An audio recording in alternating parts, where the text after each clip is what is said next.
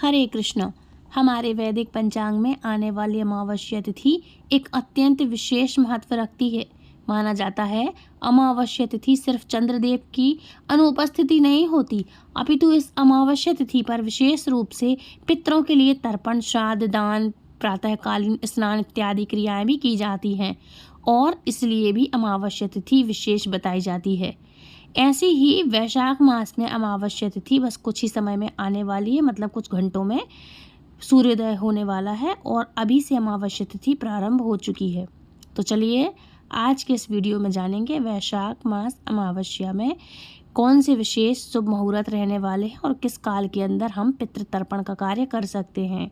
तो आज वैशाख मास की अमावस्या तिथि आ रही है 17 अप्रैल 2026 शुक्रवार के दिन से। अमावस्या तिथि का आरंभ हो जाएगा 16 अप्रैल को गुरुवार को 16 अप्रैल 2026 गुरुवार के दिन रात्रि में 8:12 से और यह अमावस्या तिथि समाप्त हो जाएगी 17 अप्रैल 2026 दिन शुक्रवार के दिन शाम को 5:21 पर और इसके बाद प्रतिपदा तिथि आरंभ हो जाएगी।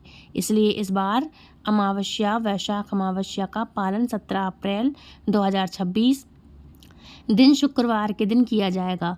इस दिन प्रातःकाल ब्रह्म मुहूर्त का समय रहेगा सुबह 4:25 से लेकर के 5:09 के बीच में। सूर्योदय होगा सुबह 5:54 पर, सूर्यास्त होगा शाम को 6:48 पर और इस दिन प्रातःकाल में भगवान श्री हरि और भगवान शिव की पूजा अर्चना करने का समय रहेगा सुबह 4:47 से लेकर के 5:54 के बीच में और संध्या काल में पितृ तर्पण कार्य इत्यादि करने के समय रहेगा 6:48 से लेकर के 7:54 तक रहेगा। अमावस्या तिथि पर विशेष सर्वार्थ सिद्धि योग और अमृत सिद्धि योग भी बन रहे हैं। सर्वार्थ सिद्धि योग इस दिन अहोरात्रि में और अमृत सिद्धि योग समय रहेगा सुबह 5:54 से लेकर के दोपहर को 12:02 के बीच में।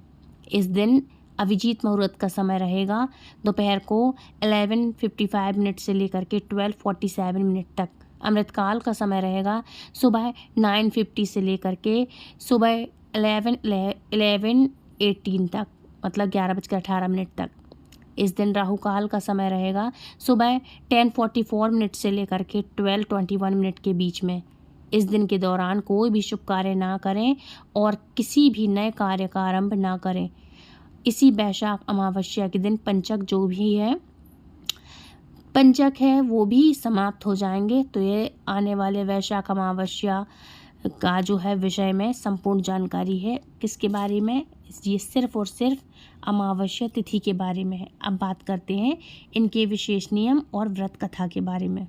वैशाख का महीना हिंदू वर्ष का दूसरा महीना है। मान्यता के अनुसार वैशाख मास में ही त्रेता युग का आरंभ हुआ था। इस वजह से ही वैशाख अमावस्या का धार्मिक महत्व और भी बढ़ जाता है। इस दिन धर्म, कर्म, स्नान, दान और पितरों का तर्पण करना बहुत ही फलदायी और शुभ होता है। प्रत्येक अमावस्या पर पितरों की मोक्ष की प्राप्ति के लिए व्रत रखना चाहिए। एक दिन सूर्यदेव को अर्घ्य देकर बहते हुए जल में तिल प्रवाहित करना चाहिए। पितरों की आत्मा की शांति के लिए तर्पण करना चाहिए और किसी भी गरीब व्यक्ति को दान दक्षिणा दे करके वैशाख अमावस्या का दिन बहुत ही फलदायी बनाना चाहिए और ये बहुत फलदायी होता है। ब्राह्मणों को भी दान दें, थोड़े से अधिक पुण्य फल देने वाला होता है। ये वैशाख का व्रत पितृदोष को शांत करने वाला होता है। वैशाख का व्रत। वैशाख अमावस्या की 2 पौराणिक कहानियाँ बताती हूँ। इन कहानियों को सुनने मात्र से ही हमें पितृदोष से राहत मिलती है। इसलिए प्रेम और मन और भाव से बोलिए भगवान श्री हरि विष्णु की जय। वैशाख अमावस्या की कथा के वर्णन के अनुसार ब्रह्म वैवर्त पुराण में मिलता है कि इनमें से वर्णित कथा है। प्राचीन काल में धर्मवर्ण नाम का एक ब्राह्मण हुआ करता था। वो ब्राह्मण बहुत ही धार्मिक प्रवृत्ति का था। वो व्रत उपवास करता और ऋषि मुनियों का आदर सत्कार करके उनसे ज्ञान ग्रहण किया करता था। एक बार ब्राह्मण ने किसी महात्मा के मुख से सुना कि कलयुग में भगवान विष्णु के नाम स्मरण से ज़्यादा पुण्य किसी भी अन्य कार्य में नहीं है। अन्य युगों में जो पुण्य यज्ञ करने से मिलता है उसे कहीं अधिक पुण्य फल घोर कलयुग में भगवान का नाम सुमिरन करने मात्र से मिल जाता है। धर्मवर्ण ने इसे आत्मसरत और आत्मसरलता के साथ कर लिया, अपने मन में दिल में उतार लिया और सांसारिक से विरक्त होकर के, सांसारिक प्रवृत्तियों से विरक्त होकर के संन्यास लेकर भ्रमण करने लगा। एक दिन भ्रमण करते करते वो पृथक जा पहुंचा और वहाँ वर्ण के पितर बहुत ही पितृलोक जा पहुंचा। वहाँ वर्ण के पितर थे, वो बहुत कष्ट में थे। पितरों ने उसको बताया कि उसकी ऐसी हालत धर्म वर्ण के संन्यास लेने के कारण हुई है, क्योंकि अब उनकी पिंडदान करने का कोई भी शेष बचा ही नहीं है पिंडदान करने के लिए। उसके बाद उसी के पितर ने उसे प्रार्थना करते हुए कहा कि यदि तुम वापस जाकर गृहस्थ जीवन की शुरुआत करो, संतान उत्पन्न करो, तो हमें राहत मिल सकती है। साथ ही वैशाख अमावस्या के दिन विधि विधान से पिंडदान करो।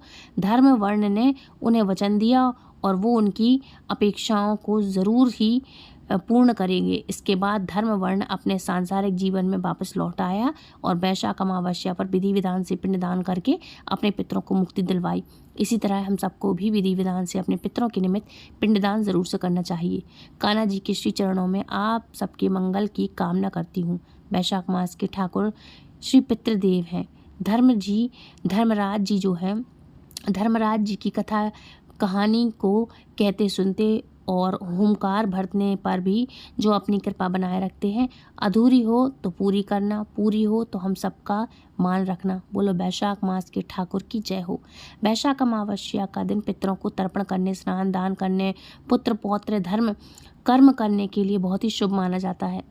मान्यता है कि इस दिन किया गया छोटा सा भी पुण्य कर्म 100 गुना फल देने वाला होता है।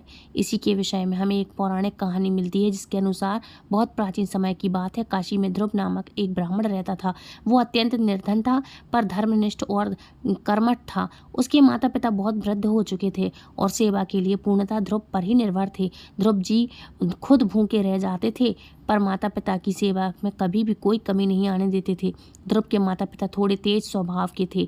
एक पैसा दान कभी न उनके हाथ से छूटता ही नहीं था। स्वभाव इतना कर्कश था, कोई भी संग साथी कोई उनके घर में आकर खुश नहीं था।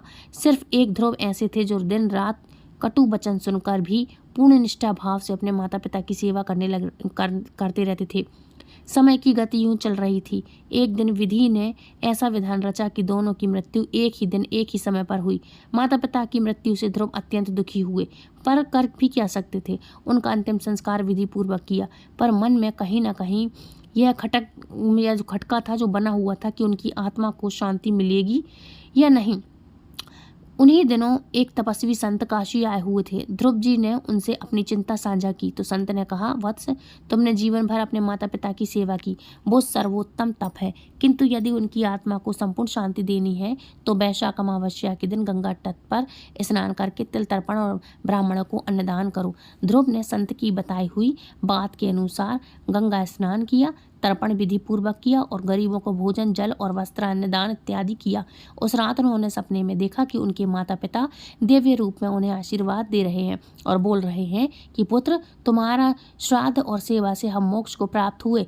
तुमने जो भी वैशाख अमावस्या का व्रत किया, तर्पण और दान किया, उससे हमारे समस्त पाप कट गए हैं। उस दिन से ध्रुव जी ने हर साल वैशाख अमावस्या को इसी प्रकार पुण्य कर्म करना प्रारंभ कर दिया।